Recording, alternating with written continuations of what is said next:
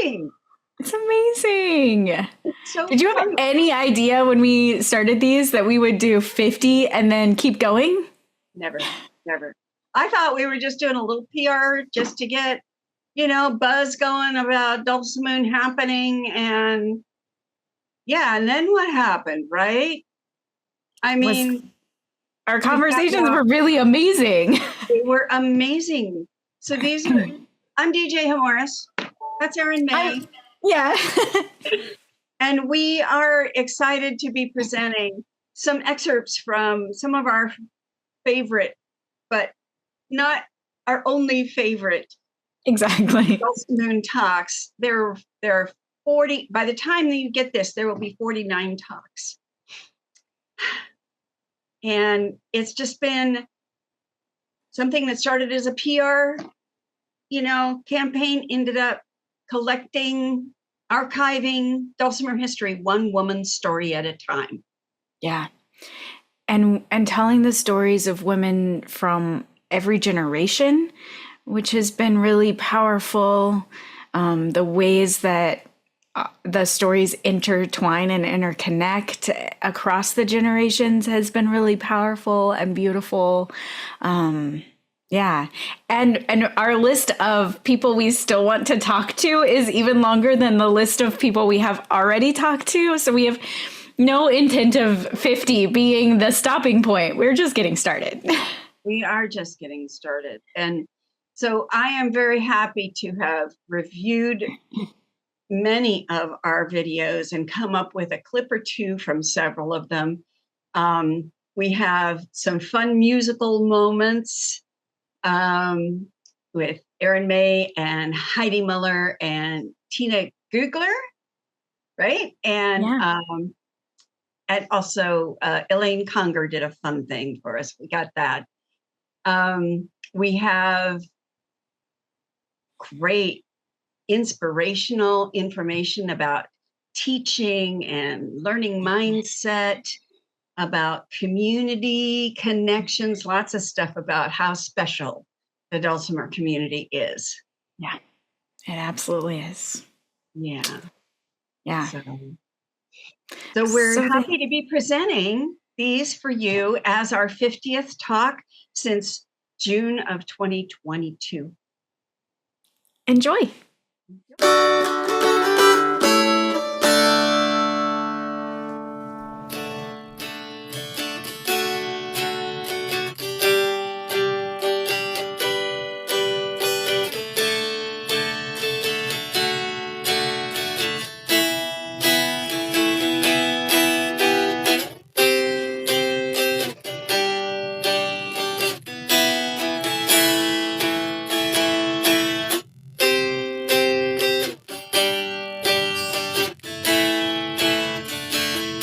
Don't sing love songs, you'll wake my mother. She's sleeping here, right by my side. And in her right hand, a silver dagger. She says that I can't be your bride. All men are false, says my mother. They'll tell you wicked loving lies. And the very next evening, they'll court another, leave you alone to pine and sigh. My daddy is a handsome devil. He's got a chain 5 miles long, and on every link a heart does dangle of another mate he's loved and wronged. Go court another tender maiden and hope that she will be your wife. For I've been warned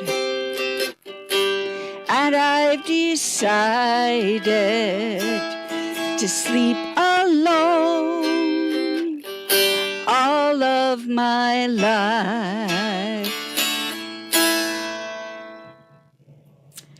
Ah.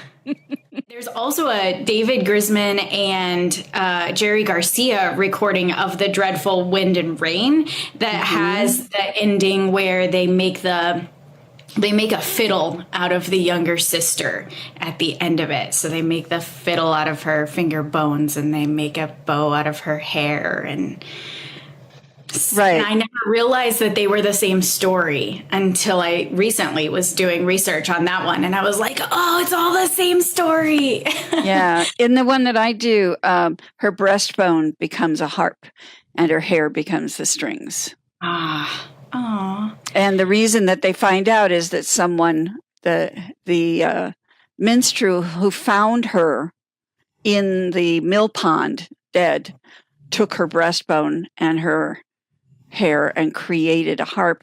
And then he sings at her sister's wedding with her former lover. And the harp sings what the sister did.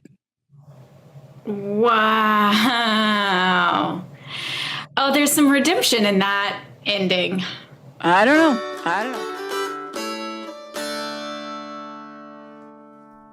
As an instructor, looking at it from a totally different angle, instead of what do I want to teach, how can I tweak what I'm teaching to promote the creativity aspect of it, instead of just giving them a piece of music and say, here's how you play it, and let's go, measure by measure.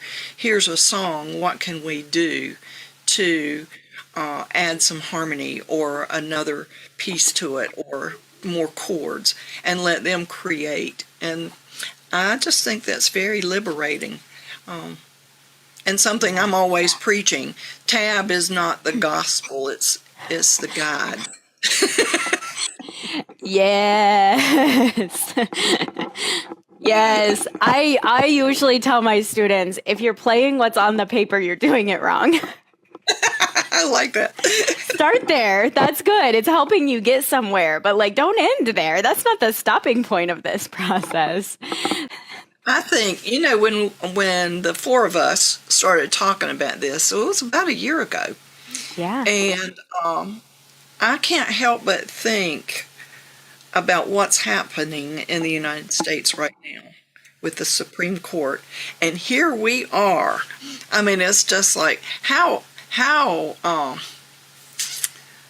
don't even know what the word would be for that, but timely. We are trying to promote these really strong dulcimer players in the hammered as well as mountain dulcimer arena at this very time when everybody's feeling, this damper put on. And I just think that's amazing.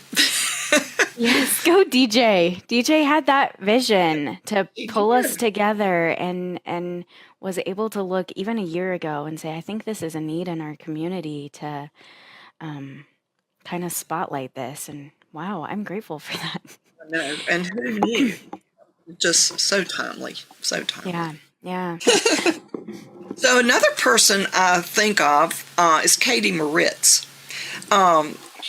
She has done, she's just the woman at the hub of the quarantine. And she hangs right in there, and she is an important part of that. Yeah. And I'm just really proud of her that she has stuck with all those men and helped out. Indeed. With a really wonderful leadership role.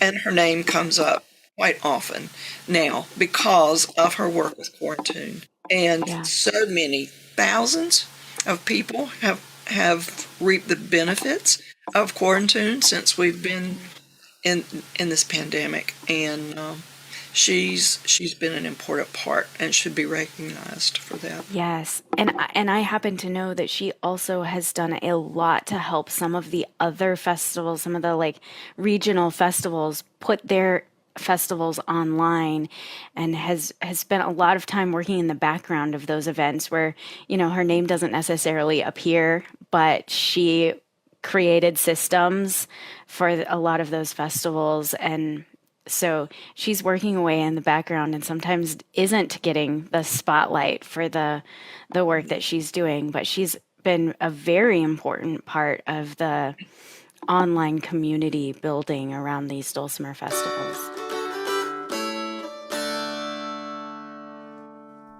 Kansas City, and there's this camp, and I'm tagging along.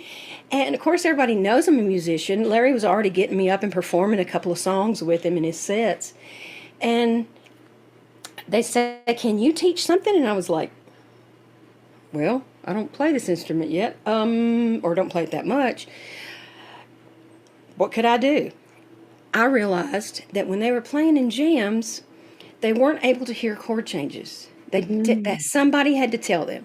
And when they holler out D, G, C, they rhyme. They sound the same. So the first thing I brought to the mix was the Nashville number system. Now, Nashville number system, they think they invented it, but I'll have you know that the Jordanaires think they invented it, and they have written that book and all. We've been analyzing music since the dawn of musicdom with numbers. Now, granted, they were Roman numerals, and if you go into serious music, you've got to do it with Roman numerals. Kids don't even learn Roman numerals anymore. So I was like, we use ordinal numbers, the numbers that we grew up with.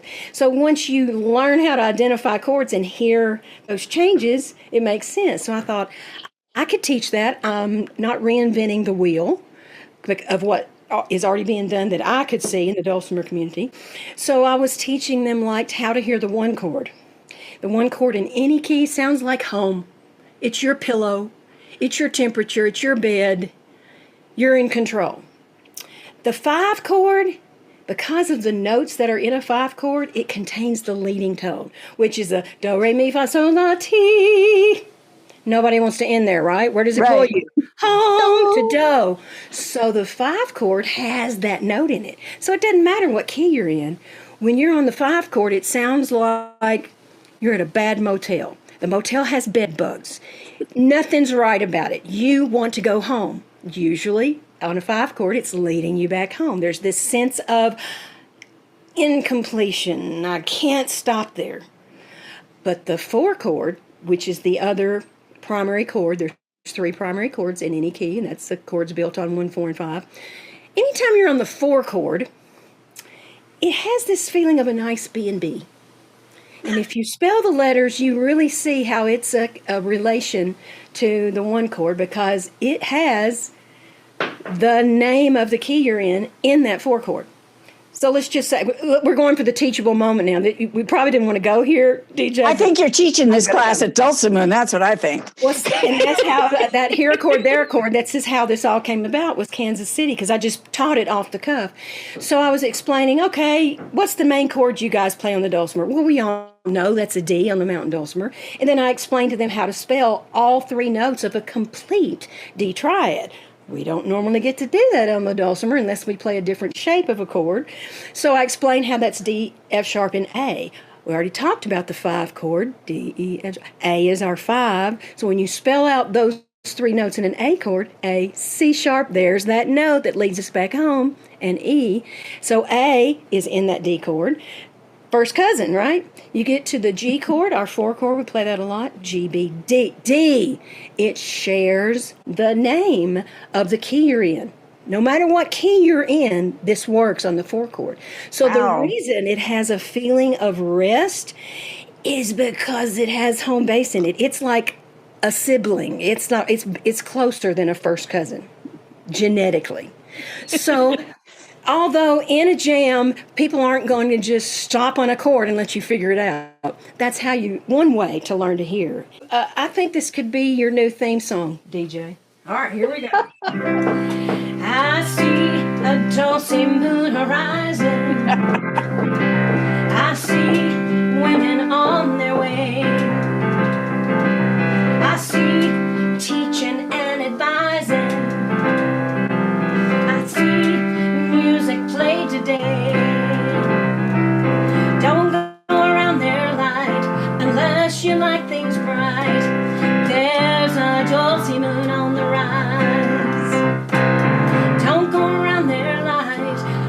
guess you like things right. There's a Dulcimoon on the rise.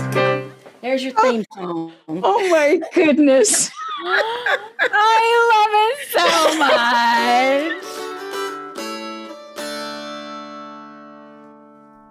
Lorena McKennett. I discovered about, I think, age of 9 or 10, I heard it for the first time, and I was never the same. Not only did she have the really strong roots with Celtic influence, that was something she always wanted to have as a common thread throughout her music, but I just saw how just creatively diverse music itself could be, that you could take a traditional song and interpret it in a completely different way, or bring together instruments from completely different cultures and create a new texture and really make a peaceful statement about how music can build bridges. You know, people maybe who don't even speak the same language or share the same beliefs or come from completely different cultures can connect with the same music and discover something profound, meaningful, and relatable. So I would say that is a great deal of what I learned from her, maybe aspects of singing style, arranging. So Lorena McKennett was a big influence. And of course, you know, a lot of the same people who listened to Lorena McKennett listened to Enya as well. And so I would say that was influential too, another Celtic voice. So not as traditional, but a lot of people who listen to the deeper cuts of Enya will find that she does a lot of traditional Gaelic singing. She grew up in the Clannad family. The Brennans. And so there is that influence there. And also just the work ethic, how she works as an artist. I mean, how many layers of vocals she was putting together privately in the studio. So as an introvert, I kind of relate to some aspects of that. That, you know, I am a rather private person, and some people have called me shy over the years, though there's a lot of that I've overcome. But just the inclination for the creative process to be in a great portion a private thing, that things can still bloom in the quiet. You can still quietly work away at something, maybe even in the studio, and make it a reality. You can connect on Zoom from the space of your own home and connect with the world. So that's a great deal of what she taught me. There's a lot of, again, stylistic influence there too, maybe in the way we sing. But that's another major influence, I would say, in my music growing up. And of course, there was the music of the Gord music label. I've got to put a plug for them too. Listening to artists like Shelley Phillips and Kim Robertson. Again, the revitalization of traditional music in creative contemporary ways. You can play the same song but change the rhythm. You can take the same song and toss it to different instruments. You know, in your arrangement, so it doesn't just stagnate, but it becomes a living texture, you know, something organic. So, yes, all these things. And I had been listening to Shelley Phillips's music for years before I had the privilege of meeting her a few years ago when I came to Redwood Dulcimer Day in Santa Cruz, California. That was a wonderful, wonderful experience. Such an accepting audience, really. I had been on the cusp of releasing my most recent album, Fairy Memories, and I had been thinking about that concept, but which would represent a little bit of a change in direction from what I'd done in the past, in that it was featuring fantasy themes and just more of a dreamlike sort of vision for the theme of it. And so this was, as I said, a change in direction, but something very close to my heart. You know, it was reflecting characters and imagery from the writings of Tolkien, J.R.R. Tolkien, and mythology and so forth. And I thought, okay, what's going to happen if I go this way? This might not appeal to everybody who's heard my work before. This might bring in new people. What's this going to do? But I was starting to put out there some of the the songs that I eventually ended up putting on the recording, I tested that out in my concert with them, and they were so encouraging, so receptive. That was a major influence on the way things are going now, I would say. Wow. And I love that. yeah, it really is. But that they were so receptive to it, that meant a lot. And ever since, I hadn't really thought of this as a conscious process, but I've sort of turned into a little bit of a hippie, maybe on some level. Maybe I always been, but because I hadn't really been exposed as much directly to the music of the folk movement in the 60s and 70s, but people would say, hear my music, that this reminds me of the 60s, and I was like, really? or even isn't it interesting how sometimes we end up in a place that like isn't the place that we were influenced by, but comes almost full circle. Exactly. Yeah. It finds you, people. And so I suppose part of what fed into that is, yes, I did love folk music, as people certainly did in the 60s and 70s.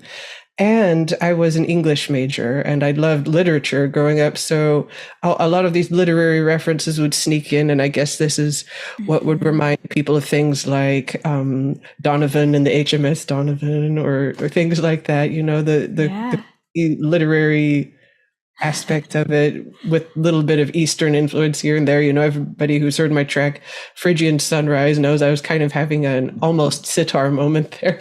So yes, this is going to be eclectic. I'm not following directly after anybody's style. I'm chasing the sounds that move me, the stories that lift me up, and I'm hoping that comes through in the music too. Yeah. When you're finding your repertoire, are you finding things like recordings and then learning pieces by ear? Are you finding transcriptions and arranging them in that way? Are you composing? Yes, well, it depends. When I'm developing music for my recordings, it's hard to say. There is composition. There's a lot of my original compositions, and music that has struck me, maybe that I have learned from recordings or prior performances. But when I'm looking at music that I want to present in my online workshops or in festivals, that I do have more of a scholarly approach to that. I'll be looking at transcriptions and listening to recordings that are at least the most archival I can get my hands on, digging into the old scratchy vinyls, that are there on Spotify and YouTube, or the Folkways recordings. The Folkways recordings are great. And so that is certainly a part of the process of how I would research. Or I've gathered up all manner of books over the years from library book sales,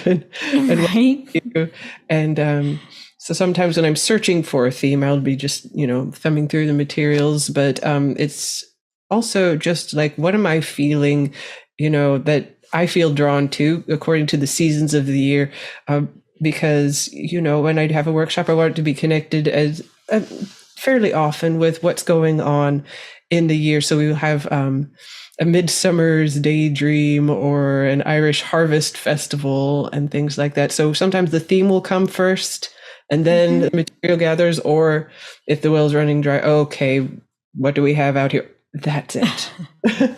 Yes. But yes, I think you've done maybe the most sort of individual one-off workshops of anyone I know, of kind of putting together a theme and creating we're gathering for this one time to go through the music. And I think it's really lovely how you put those workshops together. And I always get excited. I'm like, oh, Jessica has another workshop coming up. I just saw one on Facebook yesterday.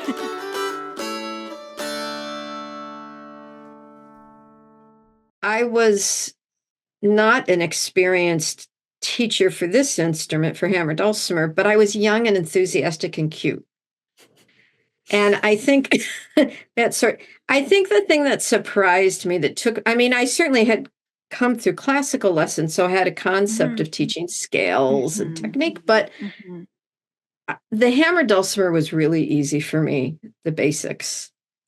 And what I discovered when I started teaching is it's not really easy for everybody.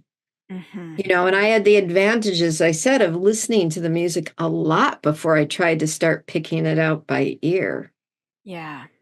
And I had the advantage of, I mean, I didn't, in those days, I didn't read music on, I mean, because it was oral traditions I was playing, but that didn't faze me. And I started getting students who'd only ever read music.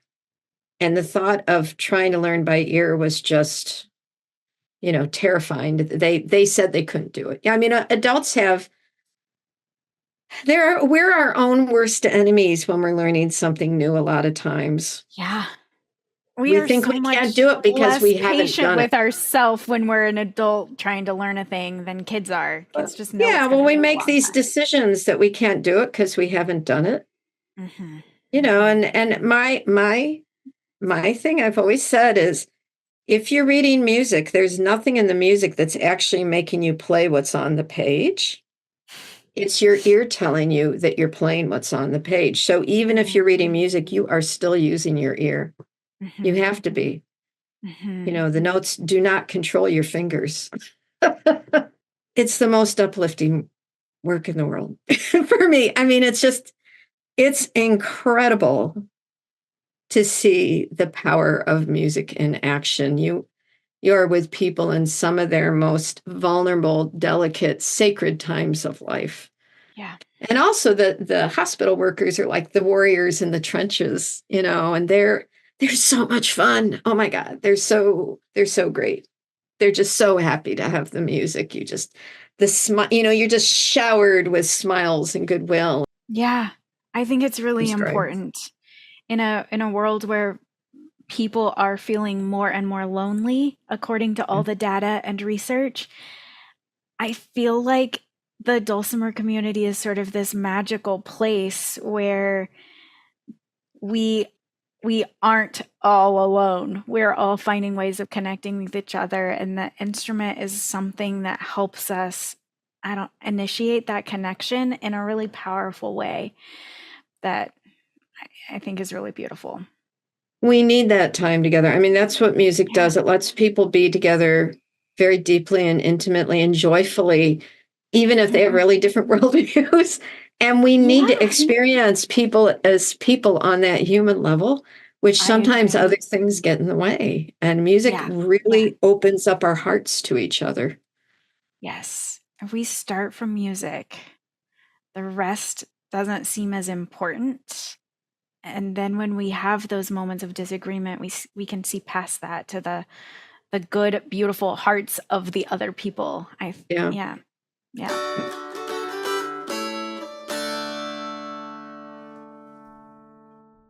My mom called me up one day and said, there's an article in the paper about a festival, and it's at Iroquois Park in Louisville, and you need to go to it. It's called Kentucky Music Weekend.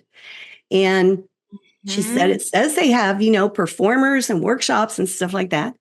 So I went to that, and that's where I met my people.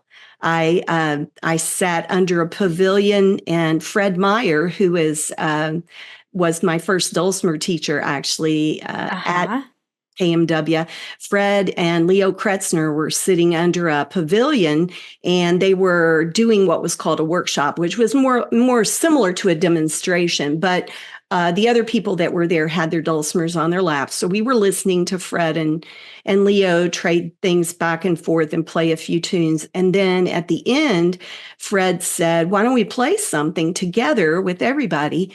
And so they decided to play Old Joe Clark. And I had never played with other dulcimer players. I didn't know what sound was going to be like. And it was, I think I levitated. I think I was floating by the end of that session. And I just knew that I had to have more. I knew that this was where it was just such a special moment for me that I remember it very well. And a woman sitting next to me, her name is Mary Lou Vaughn, and Mary Lou was a member of the Louisville Dulcimer Society. And so they had a little table set up so that you could be a member. And I joined. And quickly just became desperate they only met once a month, but they had board meetings at someone's house. And quickly, I wasn't even on the board, but I found out that they jammed after the board meetings. So I would go to the board meetings and just wait, until they were done with their business. Let's play.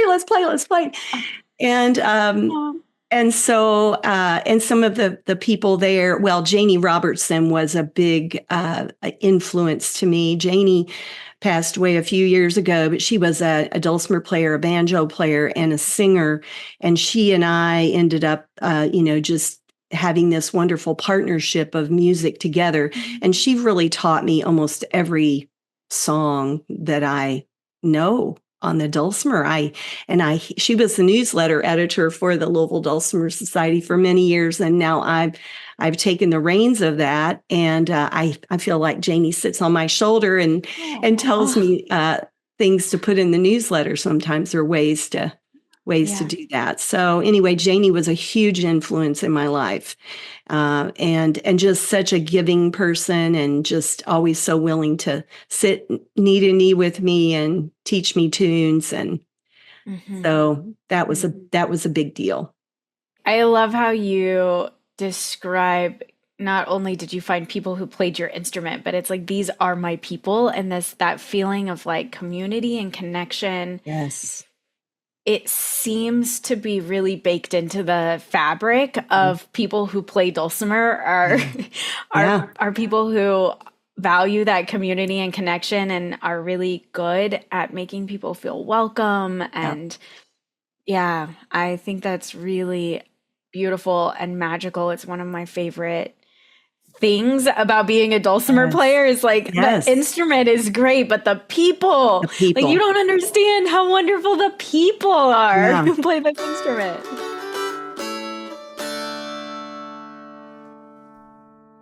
There's another thing that's interesting. The dulcimer that I brought over here today was made by Bill Van Dusen, and in 1995, roughly, we had a thing on the internet which felt new at that time, 93 to 94, 95 maybe. Yeah.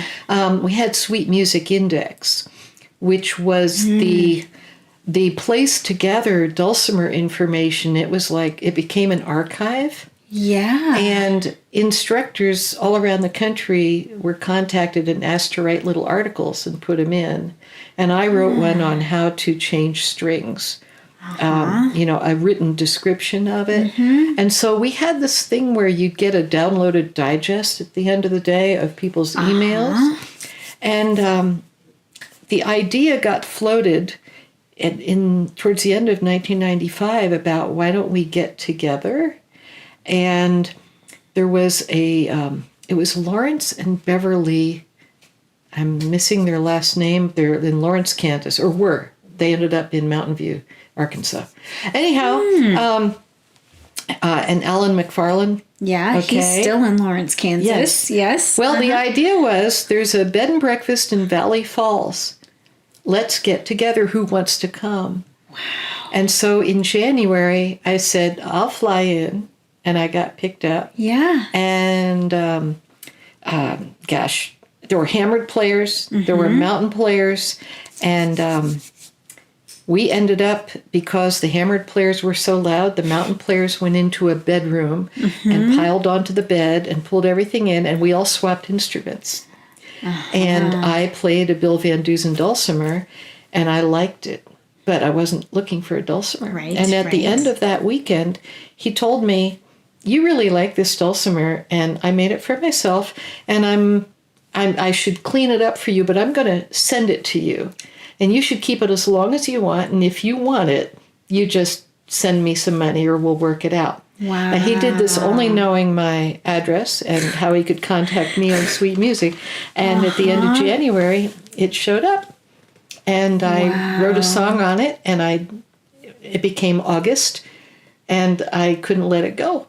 So I made arrangements to hang on to it. Wow. But you see, the community was starting way back then. And one of the things that was so cool, and looking back on it, the dulcimer players who are so tied to traditional music embraced technology really early. Yeah. And so everybody got connected, which led to things like festivals more, and it led to the DAD tuning spreading more. You see, this was like the beginning. It reminds me of the mycelium mushroom stuff that goes on underneath all the trees. Yeah. It's like networks starting, and they sprout up here and there, and people grab onto it, and pretty soon you had a community. Yeah. How many times are we going to do the foot? I don't know. Okay. We'll fill it out.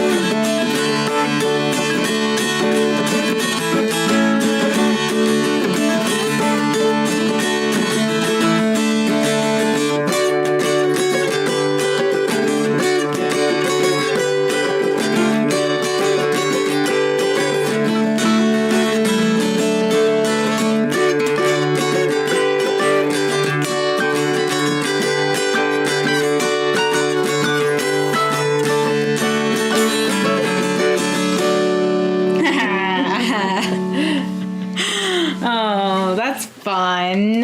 Yeah.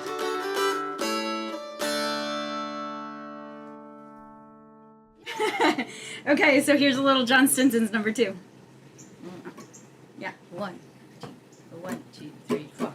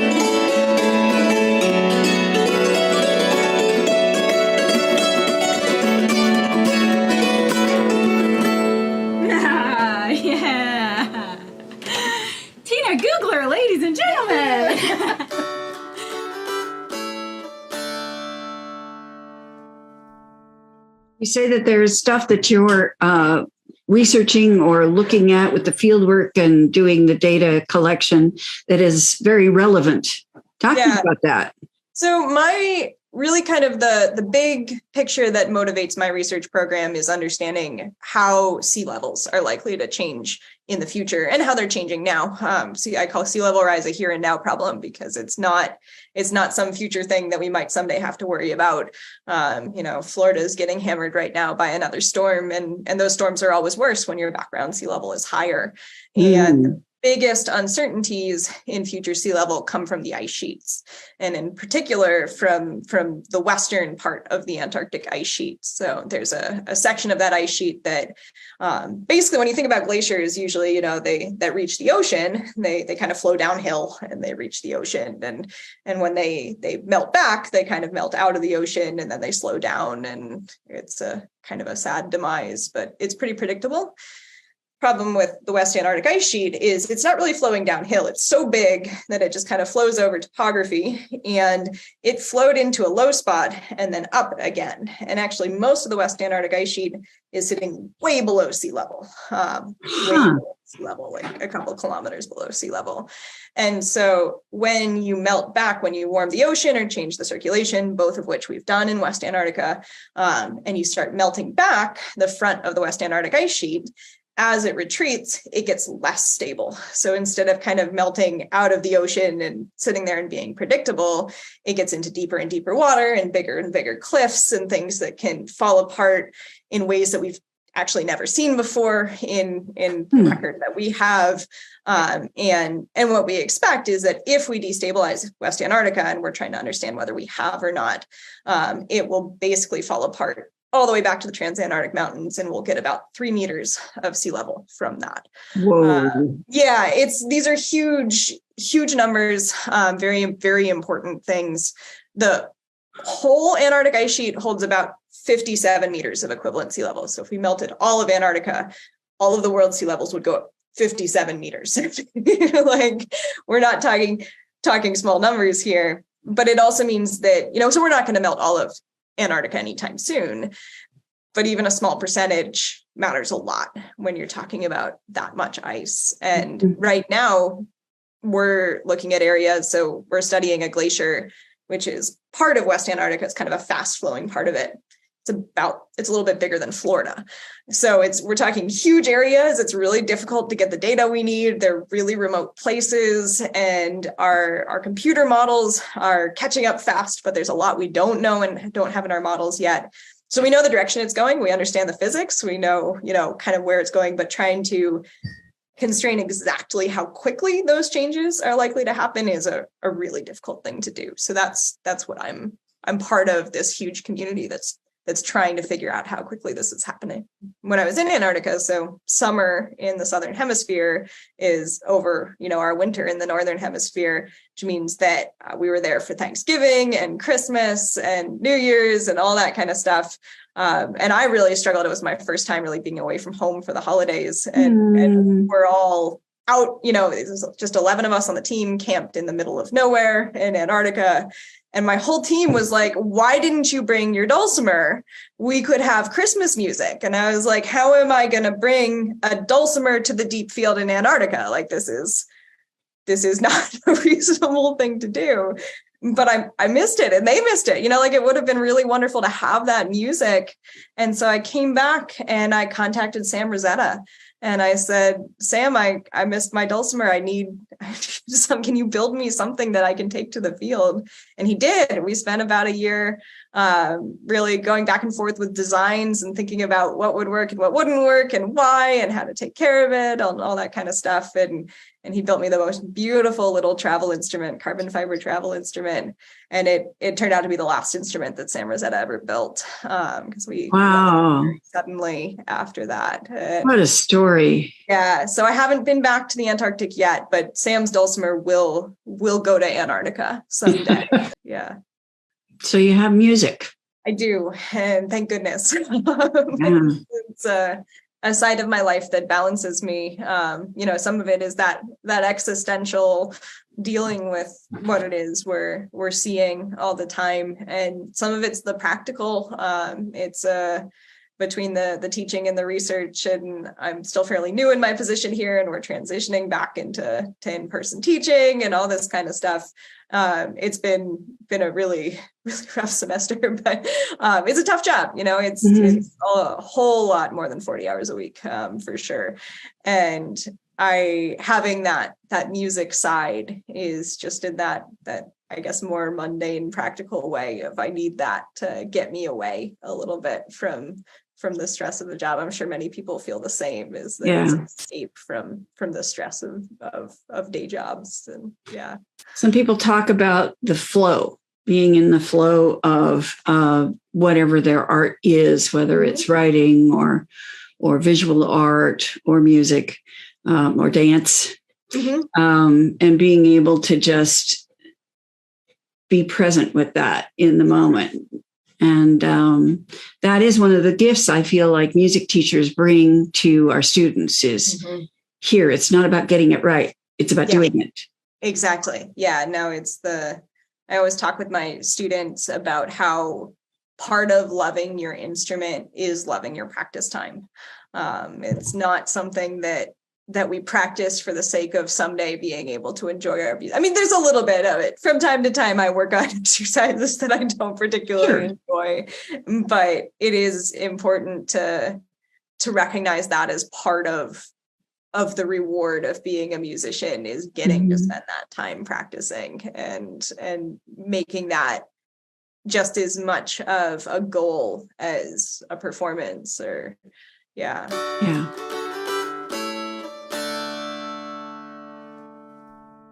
So I firmly believe that the most important thing I can tell anyone that wants to compete is take a well-known song and turn it upside down and twist it, play it finger style if it should be played flat pick. One of the songs that I played, I started on finger style, then I dropped or I picked up the pick and started then flat picking it through the second part of it. So, you can certainly do whatever you want. I want more people to compete in the national. I will do anything I can to talk to anybody about competing and talk them into doing it. Everybody needs to try it. So if you go up there and you play 4 songs that you play well and you're not thinking about the arrangement or anything, please, what I'm saying right now, don't let that distract you from trying. If you really want to win, if you really are going out there to compete and win, you need to address those things I talked about. Really arrange your songs. When you get that arrangement done, edit. I started out with a stack of papers this high for my arrangement for Pooh Corner and for Jerusalem Ridge, and whittled that down. Hours and hours of work to get those 4 arrangements. First of all, to get those 4 arrangements correct. Then it was my job to play them perfectly. So as far as I'm concerned, arranging, if you want to win it, arranging is everything. Okay. You've got to do some really tasty arrangements. Okay. That's what's going to set you apart. How do you address the mindset piece of contests, and like what was your mindset, or what has worked for you to walk into that space without it feeling like it's going to steal all the joy out of playing music from you? Right. So a few things. I can say a lot about this. And I helped back when I used to compete in the guitar competitions. I would help some of my friends get ready for the flat picking competition there too. Gosh darn, I've got so much to say about this that I think is really important for you guys to hear. First of all, competing, don't ever look at a competition as just if you are competing against other people. Look at it as if you were trying to better your own skill set. Okay, so you're trying to become a better musician, and so if you're competing at all, you're competing against yourself. Back when I used to do the fingerstyle guitar competition, I did it for 5 or 6 years. The last year I did it, I hadn't pushed myself, and I didn't really feel like I wasn't pushing myself anymore. So that's the last time I competed in the fingerstyle guitar competition. the what I focused on and what I practiced focusing on was when I got on the stage for the competition, that I was not going to look out into the audience and try to entertain them. Okay. I love entertaining crowds. I am just all about putting on a show and really engaging the audience and working with the audience. But I needed to focus on what I was playing. And in the years past, when I competed in the fingerstyle competition and stuff like that, I was usually like making eye contact with the audience. I just can't help myself. So I promised myself, first of all, that I would not make a lot of audience contact. I was going to go out on the stage and play my songs.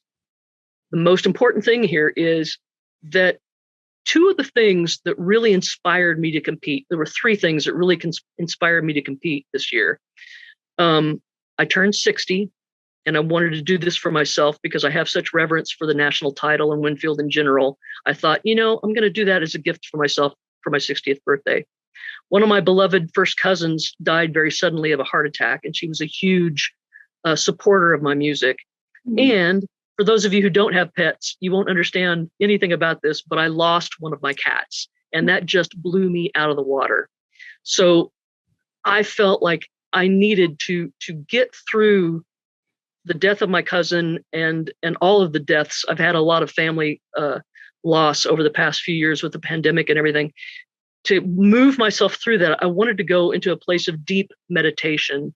And deep meditation happens when I focus on certain songs and I practice over and over and over again. Now, how do you compete and still keep the joy and the intention behind that? I promised myself when I was on stage competing, when I was actually playing my contest songs, I would not be engaging with the audience, but I would be totally spiritually wrapped up in the love that I have for all the people I lost over the last few years and my beloved cat. And I was going to be playing to them and for them and because of them. And that's what I focused on while I was on stage playing my songs. Wow. That's fantastic. Yeah. What a great thing to hold for yourself. Yeah. To offer to your students as a way to move through it. Exactly. Yeah. Now, in terms of nerves, I have, first of all, I want to say that I don't really play much out at all anymore.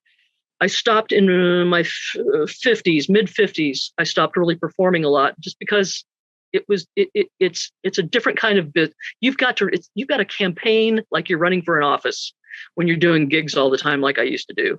And I lost my desire to hustle, to be hustling for the next gig. I just wanted to enjoy people and teach, teaching is my passion. So I used to play gigs though, all the time on the road with people all the time. We would play auditoriums of, full of people. I mean, I don't know how many auditoriums, how many big events I've played on big stages, never got nervous. Loved it. You put me on a contest stage and my arms turned to concrete. So what I do, and I am here for anybody who wants to compete and you're afraid to compete. I will talk you through this. I promise you I will. I do things like exercises in which I practice getting myself as tense as I possibly can. And then I have to go and play the softest few measures of a song perfectly. Okay. I did that. We have a 400-seat theater here in town. And I would go there and I would stand behind the curtain when nobody was there, of course. I would go when they were closed and I would stand behind the curtain and go, judges, this is contestant number 4. And I would walk out at the end of the stage where I had it set up just like Winfield was going to be. And I would play my songs. And then I would go back behind the curtain again and I'd get all worked up and I'd go, judges, this is contestant number 4. And I'd do it again, right? Right. When I got to Winfield, I spent as much time, the contest is on stage 4 up there. And I spent as much time as I could in that building playing. And I snuck in when they were doing, this was crazy. But I snuck into the building and went up on the stage when they were doing the sound check, when they were doing the sound and everything for the competitions this was on Wednesday. And I sat on that stage and I played for 90 minutes while the contest guy doing sound set up sound. So it was a help to him. And I got to feel out, what my butt was going to feel like in the chair and all that kind of stuff. So little things like that make all the difference in the world. And I am happy to help anyone. If it means that you're going to get out there and start competing, I'm happy to help you in any way I can. Wow. Because it's not about winning, and it's not about status, and it's not about being better than anyone else, because we are all really, really good. It's just that on certain days, some of us get across a point to the judges that the other one didn't. We're all great. We all deserve it. And anyone can do it. Anyone can do it. And you should do it not because you want to be the best or considered the best, but because you deserve it. You deserve to know that you love yourself enough to do your very best, and that you can stand up to that challenge. Yep. 100%. Yeah, right? Yeah. There was, so we did our Dulcimoon virtual festival just about a week or two ago. Right. And somebody said, nobody plays the dulcimer like you. Yeah. Any of you. Nobody plays the dulcimer like you play it. Right. We want to hear that. Yes. Whatever it is, we want to hear that. And that really stuck with me.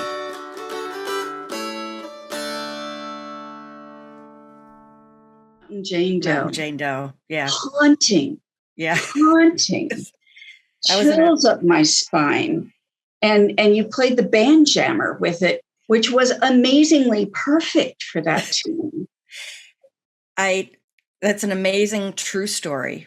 That's what you said. Yes, about a murder that took place in 1969. They found a body that had been there for quite a while. So they couldn't identify it. Because they couldn't identify the victim, they couldn't figure out who could have done it. So it was this unsolved murder for many years. But I'd heard this story on NPR, and I'm listening, and I'm like, I got to write a song about this. So it took me a few months with that one. And then I'd finish it. So that was like in January. So I had it done by the time I went to Dulcimer U in July. I said, that's going to be my open stage song. And when I got there, I met Mike Clemmer, and he had these band jammers. I said, that's the instrument that I have to play the song. So I bought it that day, and I played that night. How immediate. But wow. It's a dulcimer. It's a dulcimer. And whatever, if I play that in public with my band, I always have many instruments with me. I'm like, this is so cool because I got to play the banjo, but I didn't have to learn how to play the banjo. I play it like a dulcimer, but it sounds just like a banjo. I love that thing. I stepped away from music for many years. A family, young kids, different priorities, a career. I didn't really have time. And then things changed. And around 2011, I started getting back into music, not the dulcimer at the time, but the guitar, playing at an open mic, starting a band. And I started writing songs. And I'm shocked. I'm like, I'm not a songwriter. But I think life experiences, doing so much music, singing so many songs, you get a feel for how to say things musically, how to phrase. The more music you do, the more you get a feel for that, I think.